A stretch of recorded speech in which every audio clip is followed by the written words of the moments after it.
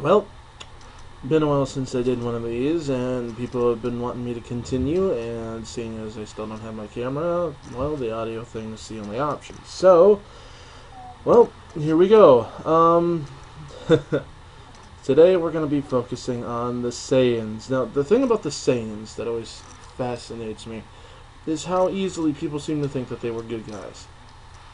No, really. I've actually seen that argument every time. Whenever someone does any kind of like fan work or anything, whenever there's like an extra Saiyan popping up, 8 times out of 10 they're a good guy. Or they'll have two show up, one good, one bad. Like they're somehow inherently good or something like that. It's perplexing how people come to that conclusion. It really is. I think that a lot of it has to do with the fact that the ones that we see being, well, for the most part, that we see being Goku, Gohan, Trunks, Goten, so on and so forth. People automatically then assume that, they were just good guys. Or that they would have been good guys if it hadn't been for that. No. See, the thing about the Saiyans is that they were barbaric and, tended to be pretty dang violent before Frieza even showed up. The reason that Frieza showed up to, well, we'll get to that as it comes. But, it's this concept that they're good guys, or that they're, they'd probably most likely be good if it hadn't been for Frieza or whatever, needs to get thrown out right now. I'm just saying. Okay? Because not everything that they did at Frieza's whim, as it were. Now, moving on. The Saiyans are, well, as I said, a very barbaric race. Or at least were at one time. They finally sort of became civilized after a while. But they were very, very Spartan-esque culture. From childhood, your power level was measured, and depending on what it was, it was then determined how useful you would be to their society, whether or not you stayed or got sent on some throwaway suicide mission, or, what your position in life would be. Very Spartan in that sense. Very Spartan, very Hunnic, very, it also has a lot to do with their hierarchy, which I'm going to kind of touch on a little bit too, or at least a theory on their hierarchy. And of course, well, the drill, monkey men turn into a giant ape when they see the full moon, that sort of thing, giant monkey, whatever. That's, apparently there actually is a big, fight going on the internet about whether or not they're actually giant apes or giant monkeys because of the tails. I really don't think it matters either way. I mean, this ain't science class, so. But yeah, that actually does go on. And the thing about the Saiyans is, I really don't know how to touch on this. It's an entire group of people. It's a lot harder to focus on than a single one. I can focus on each individual Saiyan, sure, but I kind of want to cover the whole race as a whole first. What fascinates me, like I said, about how people think they were good guys, is no, they were actually pretty violent before Frieza. So, I mean, they still did things outside of Frieza's orders, too. Goku being sent to Earth, for example, to conquer it, to sell it. That wasn't necessarily Frieza's order. In fact, you'd think that Frieza would be the one who was more upset about it. In fact, Frieza almost didn't seem to know anything about them going to Earth to look for a Saiyan that had been sent there. I'm not sure he was even aware that mission was supposed to take place. So it really seems to me like the Saiyans were actually still pillaging on their own. They just also had to do whatever Frieza wanted. These were not really good guys, not even in the case of Bardock. Bardock had still committed multiple cases of genocide. He had still, gone on a killing spree, and even though he sort of finally stood up to Frieza, it wasn't really until his own people were the ones who were going to be the target of being wiped out. In that sense, he's sort of heroic in that he actually stood up to him when no one else would, but at the same time, he wouldn't necessarily do it if it hadn't been for the fact that the Saiyans were the ones who were going to be wiped out. Had he seen all these other races that were going to get wiped out? Had he seen their faces and the faces of their children? I'm not so sure he would have cared. So, while he is commendable in that sense for doing that, at the same time, I'm not entirely convinced that it was necessarily a major, big, heroic event. You know, that'll, you know, that's fairly debatable, to be honest.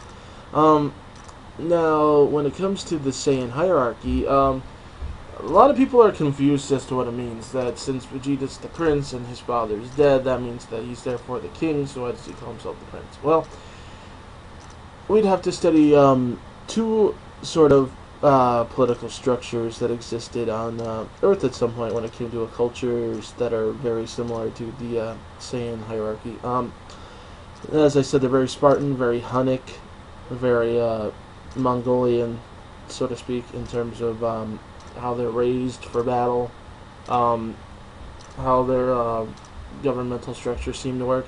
They had a king, yes, and the son of the king was pretty much the first in line to take over, yes. But see, in cultures that were similar to this, the only way, first of all, to become a king, you have to have a coronation. You have to be crowned such. You can't just assume the title after your daddy dies.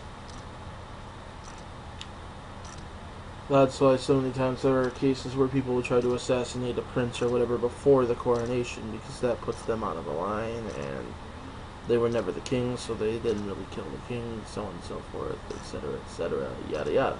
Now, well, oftentimes, though, what would happen is, in structures like this, in societies like this, the prince, the king's son, so, he would have to essentially prove that he was ready to lead first. And in a warrior culture like this, the way that that was most often done was they had to fight. They had to prove who was the stronger. They had to prove that the son had become stronger than the father and therefore was more fit to lead. That he was a better, more capable leader. That he was a more powerful man than his father. Now, for Vegeta, that probably would have been no problem had his father not been killed before that was possible. When that happened, his birthright, his chance to essentially take the throne, had been taken from him by Frieza. And that's one reason why when he learned that, he was so dead set on making Frieza pay, on getting revenge. He even said specifically it had nothing to do with his people. He didn't necessarily care about that. It was what Frieza had taken from him. It was what he had stolen from them. It was his honor. It was his birthright to show that he had become the strongest and become their king. And it's also why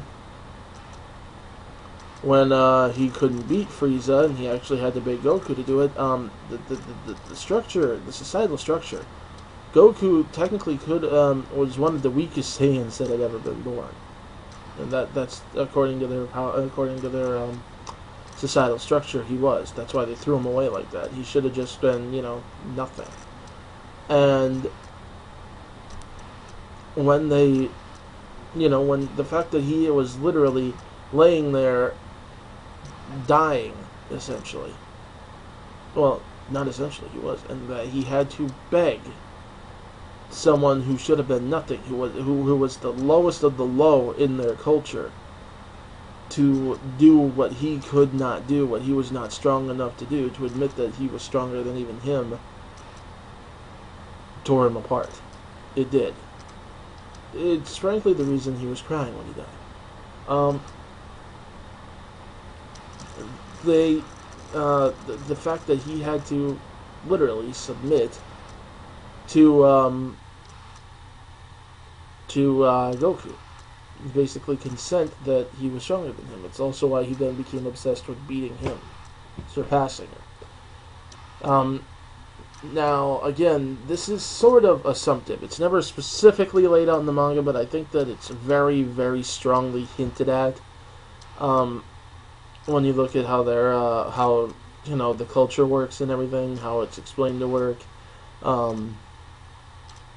You look at, especially in like the Hunnic and Mongolian cultures, Asian cultures in general, you know, the concept of honor is very strong, and in more specific terms, the fact that that's also a lot of where these warrior cultures were, where you had to beat your competitor or your father, as it were, to prove that you were the stronger.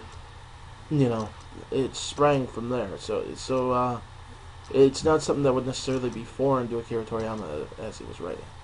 So there's that. But let's just focus mostly on the characters themselves.